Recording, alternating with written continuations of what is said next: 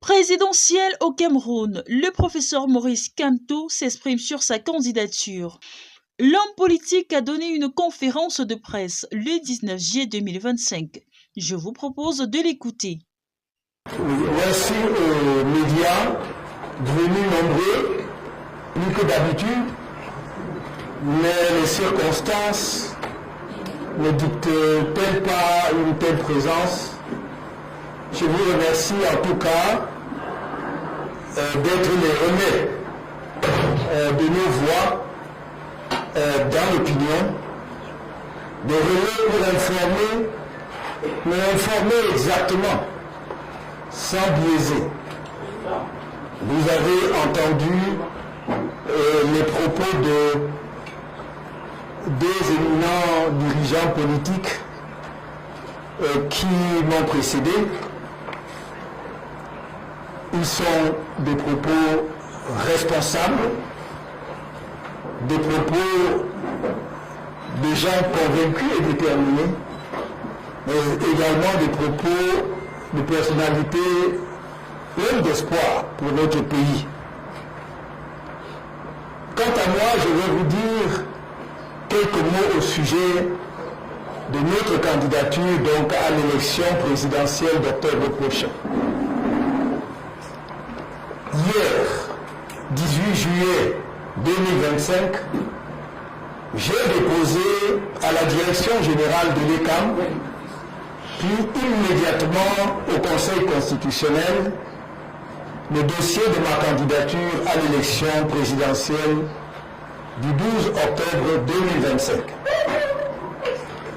Lors de sa session du 26 octobre 2024, le Conseil national du mouvement pour la renaissance du Cameroun, MRC, avait adopté une résolution qui m'accordait en tant que, je cite, président national et candidat du parti à l'élection présidentielle de 2025, la liberté de choisir la modalité de présentation de ma candidature. Fin de citation. Nous avons examiné avec l'exigence scientifique nécessaire les différentes modalités de présentation de candidature, conformément aux dispositions pertinentes de la législation en vigueur dans notre pays, la jurisprudence et la pratique bien établie en la matière. Au terme de nos analyses, il nous est apparu sans l'ombre d'un doute, d'une part, que le MRC dont j'étais le président national et le candidat désigné pouvait légalement et légitimement présenter ma candidature à l'élection présidentielle du 12 octobre 2027. D'autre part, que je pouvais aussi rassembler les 300 signatures de personnalités habilitées malgré la terreur d'État et donc me présenter en candidat indépendant à cette élection. Mais nous avons suivi également, avec la plus grande attention, des débats politiques, souvent politiciens, qui ont entouré la question de ma candidature depuis plusieurs mois. Nous sommes parvenus à la conclusion que, bien que les lois, la jurisprudence et la pratique permettent au MRC de présenter son candidat à la prochaine élection présidentielle, le contexte politique vicié sur cette question, par un faux débat inventé par le pouvoir RDPC, a mené avec passion, généralement hors des sentiers juridiques, nous a amené à choisir une modalité qui a déjà été éprouvée à l'occasion de l'élection présidentielle de 2018 et de celle de cette année aussi. Cette modalité est celle de la présentation de notre candidature par un parti politique ayant pris part aux élections couplées législatives et municipales de février 2020 et qui est représenté dans une des assemblées élues de la République, en l'occurrence un conseil municipal. Il s'agit par conséquent d'une voix qui est à l'abri de toute contestation, puisqu'elle a été empruntée avant nous par Maître Akere Mouna, le pasteur d'Ifort de regrettée mémoire, et M. Cabral Libini Ndé en 2018. C'est cette même voie que M. Akere Mouna a choisi pour présenter sa candidature pour l'élection présidentielle de cette année 2025. Fort de cette analyse, j'ai adressé au mouvement pour la renaissance du Cameroun ma lettre de démission comme membre de ce parti le 25 juin 2025.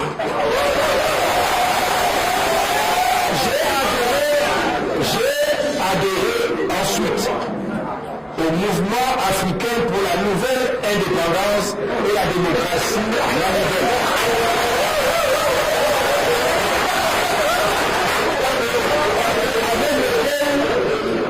Avec lequel nous étions en discussion depuis plusieurs mois, et j'ai adressé cette demande d'adhésion le 27 juin 2025.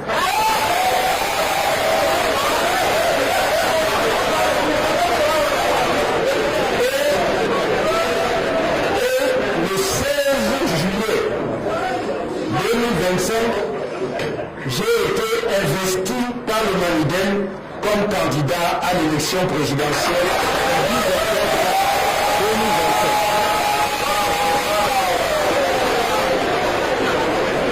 Pourquoi le Maniden? Parce que c'est un parti politique qui, malgré les vicissitudes de la vie politique camerounaise, fait preuve de résilience dans la lutte pour l'émancipation totale de notre pays et a su maintenir, allumer la flamme du nationalisme camerounais. Ce nationalisme que revendique également le NRC est un nationalisme courageux, mais sans xénophobie, généreux et véritablement au service du Cameroun et des Camerounais, de tous les Camerounais. En faisant le choix de l'investiture d'un parti politique représenté dans une des instances citées par la loi électorale, et en l'occurrence par le Maniden, j'ai voulu être à l'écoute du peuple camerounais, qui m'a interpellé de toutes les régions du pays et de la diaspora, et enlever leurs illusions aux fossoyeurs de la science juridique et à tous ceux qui rêvaient publiquement et rêvent encore pour certains de voir ma candidature arbitrairement recalée. Nous laissons donc à leur tribulation tous ceux-là qui ont laissé la haine dicter leur posture dans le débat indigent sur la nullité du mandat impératif. Car je serai sans faute officiellement candidat à la prochaine élection. Le peuple du changement a son candidat. Pour le reste, laissons les gens déblatérer et déverser sur nous leur torrent de haine habituel. Peut-être cela les aidera-t-il à vivre. Qu'il me soit permis ici de féliciter le Maniden, ses multiples militants et ses organes dirigeants, et de rendre un hommage appuyé à son président, M. Anissé Ekani.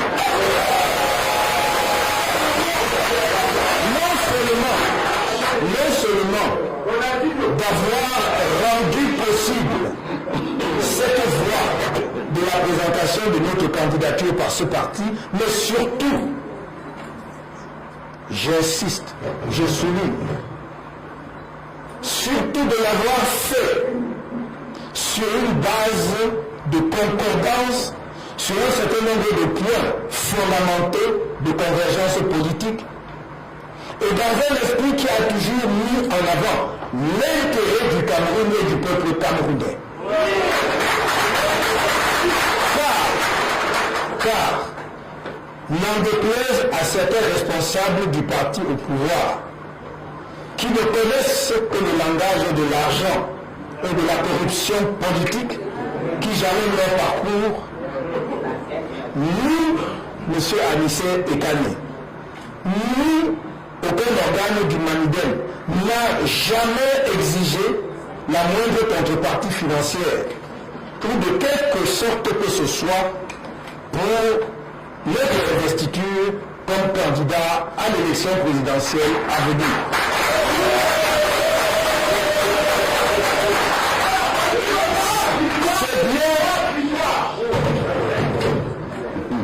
C'est bien trop rare dans le contexte politique camerounais pour être souligné et exalté, afin que l'histoire s'en souvienne.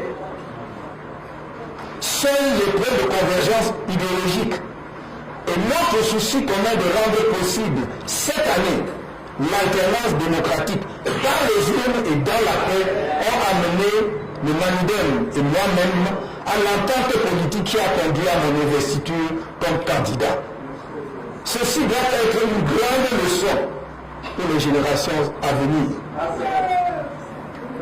Maintenant que j'ai été investi par un parti politique représenté selon la voie que nos contenteurs indiquaient comme étant la seule qu'ils pourraient accepter et qu'ils dénoncent aujourd'hui curieusement, avec la arme du désespoir, j'invite les Camerounais à attendre sereinement la publication de la liste officielle des candidats à l'élection présidentielle du 12 octobre 2025 par le Conseil électoral puis par le Conseil constitutionnel. J'exhorte une fois de plus ELECAM à appliquer l'article 80 du Code électoral qui lui fait obligation de rendre publique la liste électorale nationale.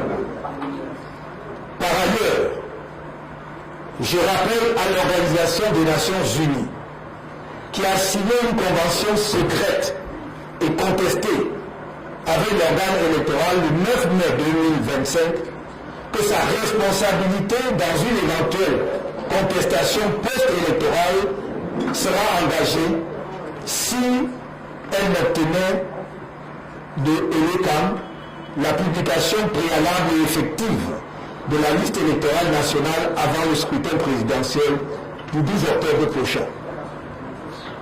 Je remercie toutes celles et ceux de nos compatriotes du Cameroun et de la diaspora qui ont bravé tous les obstacles dressés paradoxalement par ELECAM pour s'inscrire massivement sur les listes électorales.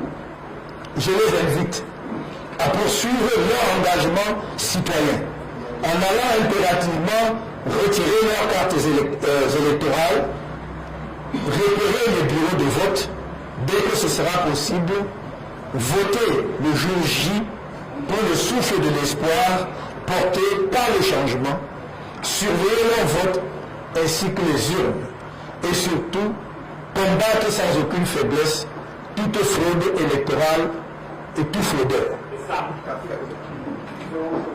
Le 12 octobre 2025, sauvons par les urnes notre peuple bafoué et essoré.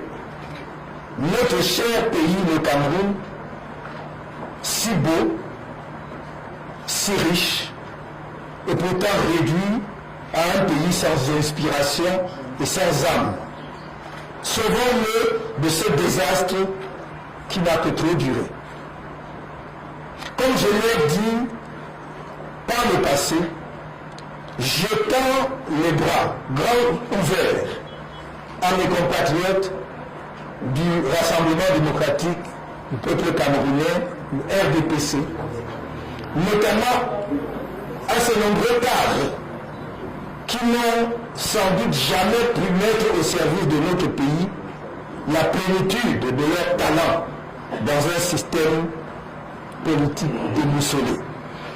J'ose dire que je compte sur eux, comme sur les autres Camerounais, de toutes les sensibilités, au Cameroun comme en diaspora, pour porter ma candidature et, si je suis élu, pour reconstruire le pays ensemble, dans l'ordre et la discipline, un Cameroun nouveau, développé et de prospérité partagée, de justice et de confiance, un Cameroun rayonnant, souverain et respecté.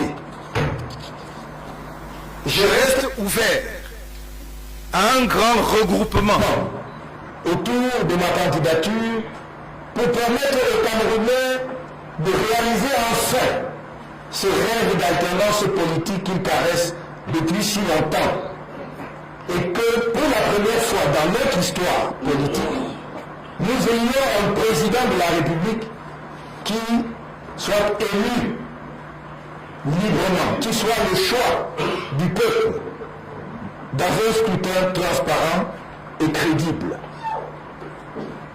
Je ne vous trahirai jamais.